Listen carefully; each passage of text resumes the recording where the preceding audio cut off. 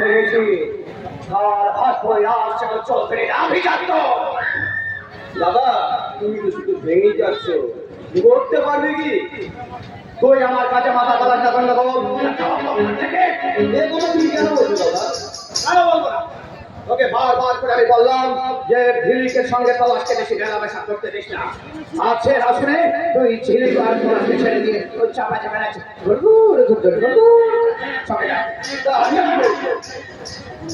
আমি যখনই ঝিলিকের কাছে যেতে চাই তখনই দেখি পলাশকে বোতলের গায়ে লেভেলের মতো ফেটে আছে।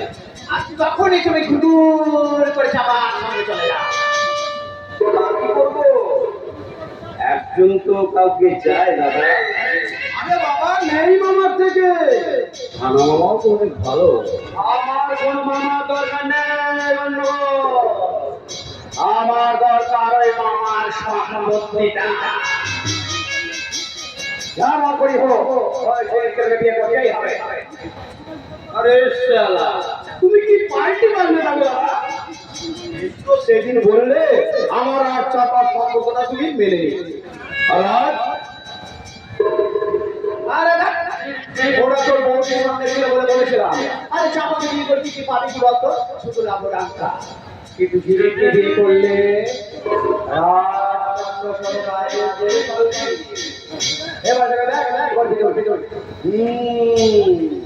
দাদা ভেবে আমি অনেক দেখলাম আর ভেবে ভেবে একটা নতুন প্ল্যান করলাম।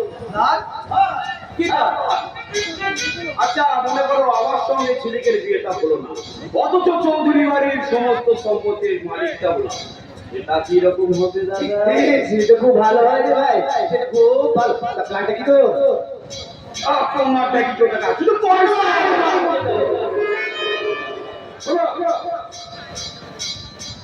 তুমি বলো ঝিলিককে বিয়ে করবে? আমি বিবাহিত, তাতে কি হয়েছে?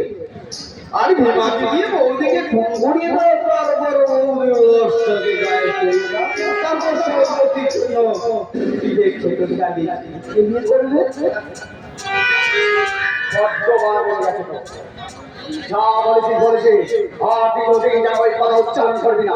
আমি ঝিলিককে খুব ভালো ঠিক বলেছো দাদা, তুমি ঠিক বলেছো। তুমি যেমন ভালোবাসার জন্য বৌদিকে খুন করতে পারবে না, তেমনি আমার হৃদয়ের কথা চাপার ভরসা আমি করতে পারবো না। বন্ধন বলে আমার নাম গন্ডগোল।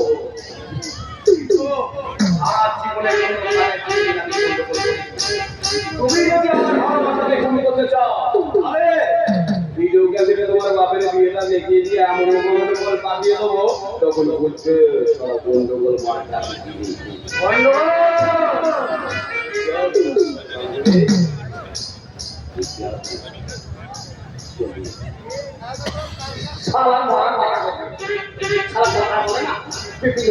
পাখা বাজায় মরিবার চরে ওর পাখা দুটোকে ছাটার সময় হয়ে গেছে।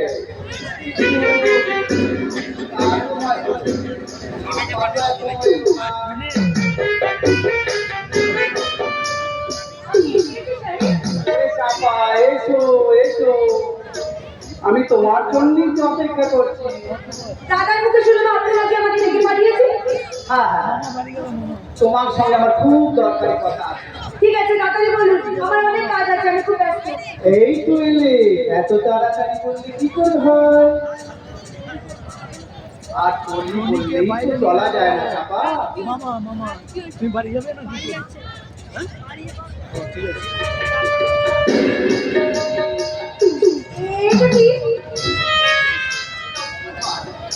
আরে ওর দেখছি আজকে দেখা যায় তাই তো তোমাকে করে দিয়ে দেবো হাতটা। আমি তোমাকে উপহার দিলাম। সাহেব কি বলছেন আপনি? অবাক হয়ে গেছে তাই না?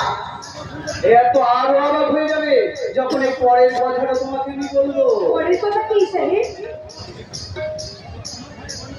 আমার ভাই তোমাকে ভালোবাসে, তুমি আমার ভাইকে ভালোবাসো। আমি তোমাকে দুজনের প্রেম দেখে তুই বিভোর হয়ে গেছি। তাই আমি ঠিক করেছি তোমাকে আমি আমার ভাতৃবধূ করবো। কিন্তু একটা শর্তে শর্ত? যাতে তোমাকে আর আমি এমনি এমনি আমার এই গঙ্গুলি বাড়ি বউ করতে পারি না, কিন্তু করবো যদি তুমি আমার এই শর্তটা মানো। সত্যি আপনাদের মতো এই বর্তমান যুগের বড় লোকেরা না শর্ত ছাড়া যে কিছুই চলতে পারে না সেটা আমি ঠিক বুঝতে পেরেছি। তাই বলি আমাদের সম্পর্কটাকে এত সহজে মেনে নিয়েছে সেটা আমার সন্দেহ হচ্ছে। বলুন বলুন এবার আপনার শর্তটা কি সেটা তাড়াতাড়ি বলে দিলে ভালো হয়। বলুন। নিশ্চয়ই বলবো, নিশ্চয়ই বলবো। ওই যে সালমান খান বিজ্ঞানী বউ আমাকে চলে গেছে, তোমাকে একটা কাজ করতে হবে। রাত্রে বেলায় তুমি ওর কোয়ার্টারে যাবে, তারপর যা করার আমি করবো। এদিকে এসো।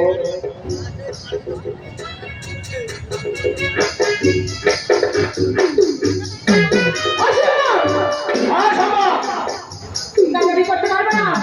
করতে পারবে হবে চাওয়া।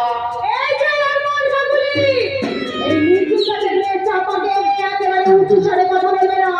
এই চাপা এই নিচু জাতের মেয়ে যেমন বটি হাতে গড়াও করতে পারে তেমনি খুঁটি হাতে রান্নাও করতে পারে। যাচ্ছিস কেন চাপা? আরে ওই অফিস এত করে কি ইজ্জতে হাত দেবে না? জানি ওই অফিসার আমার ইজ্জতে হাত দেবে না, তাই বলে তুমি আমার ইজ্জতে হাত দিতে যাবে? একটা ভদ্রলোককে আমাকে কি চুরিয়ে ধরতে হবে, তারপর বাঁচাও বাঁচাও বলে চিৎকার করতে হবে, আর আপনারা সেখানে এসে আমাকে তাকে শাস্তি দেবেন। এত বড় পরিকল্পনা করতে আপনার লজ্জা করবে না? লজ্জা করে না চাপা? এই কাজটাও তুই করতে পারবো না, না বলতে পারবি না। ভুল করছিস সাহেব, চাপা মরে যাবে তবু ঘাস ফুল হয়ে জন্মাবে না। চাপা! আমি তো এই কাজ করবো না, তবে সাহেব আমি বাইরে গিয়ে সবাইকে আপনার এই সত্য ঘটনাটা বলে আপনার চাপা! এই সুযোগটা তোকে দিলে তো তুই করবি রে। কি করবে সাহেব? তুই লোকের কাছে মুখ দেখাতে গেলে 10 চলে করতে করতে তো ভয় পাবে। হ্যাঁ, শুধু ভাইয়ের বউকে একটু নিজের বউ বলে ভাববো। আমি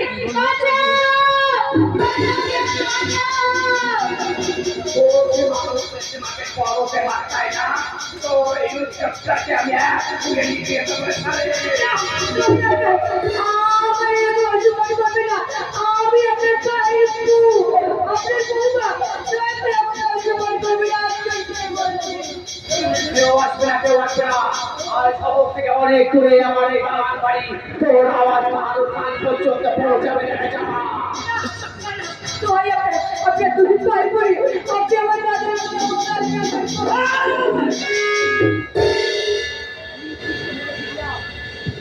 আমি উত্তেজিত হয়ে গেছি কি আর তো খাওয়ার কোনো জায়গা নেই। আমার তোমাকে যদি আমি না খাওয়াই তাহলে তুমি আমার বড় ক্ষতি করে দেবে, তখন অসম্মানে করিতে আমাকে বাড়াই করে নিয়ে শুনতে হবে। কাছে এসো, কাছে এসো।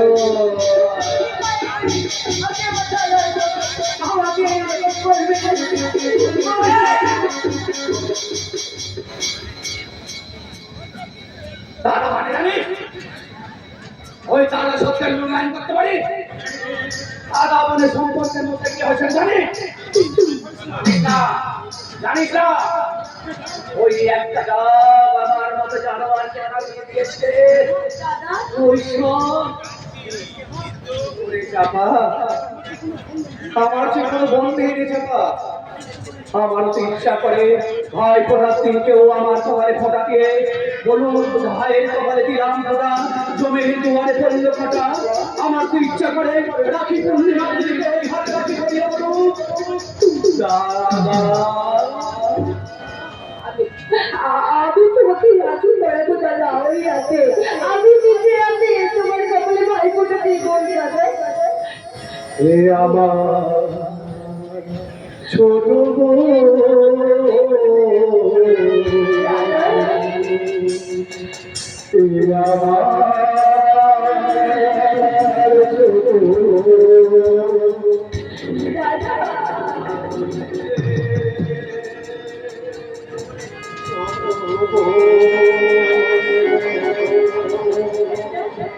না না এখন একটু দাও একটু দাও।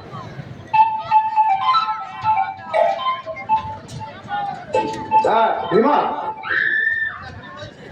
হ্যাঁ আমি স্যার বলছি, যেখান থেকে হোক একটা রাখি, একটা বেনারসি শাড়ি, কিছু গহনা নিয়ে তাড়াতাড়ি তুই আমার এখানে চলে আয়, আর টাকা লাগলে ক্যাশিয়ারের কাছ থেকে নিয়ে নে। ওকে? এখন তো রাখি সময় না স্যার, বানাইতে তো সময় লাগবে। এই তাড়াতাড়ি লাগুক, যত সময় লাগুক, কিন্তু রাখি আর যা যা বললাম তা নিয়ে অবশ্যই দিয়ে চলে আয়। ওকে? আচ্ছা সাহেব। আচ্ছা আমার জন্য এইসব করার কি দরকার ছিল দাদা? তুই যে আমার বোন রে, ছোট বোন, তোর জন্য আমি এটুকু করতে পারবো না? দাদা? হ্যাঁ, তুই যে আমার বোন মা, কিন্তু ভীমা যে বললো আজকে একটু দেরি হবে, এই তাহলে এখন কি করি? এখন আমি তো দাদা নই, তুই আমার বোন। আমি কি? তুই আমার বাবার বাড়ির রক্ষিতা।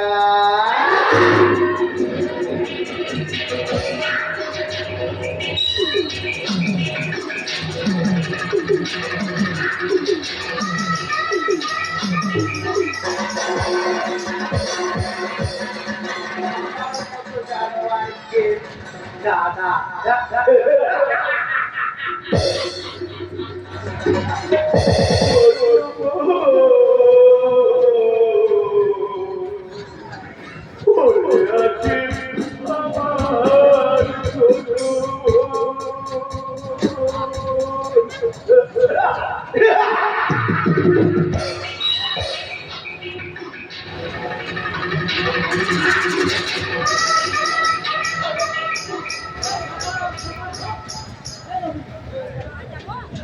চাপা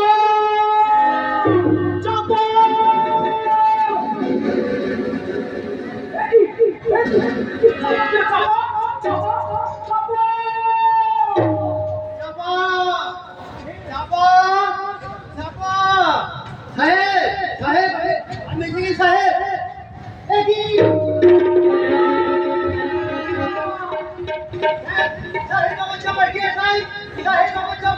কি হয়েছে সেটা জানি না বিনা, তুই হাসপাতালে শিগগিরই হাসপাতালে নিয়ে যেতে হবে।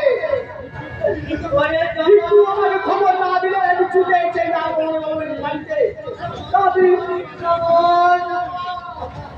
হ্যালো হ্যালো, মানিক জামা থানা, আমি বড়বাবু বিধান সরকার বলছি। ইমিডিয়েটলি তাড়াতাড়ি একটা অ্যাম্বুলেন্স করা লালমোহন বাবুর বাগান বাড়িতে।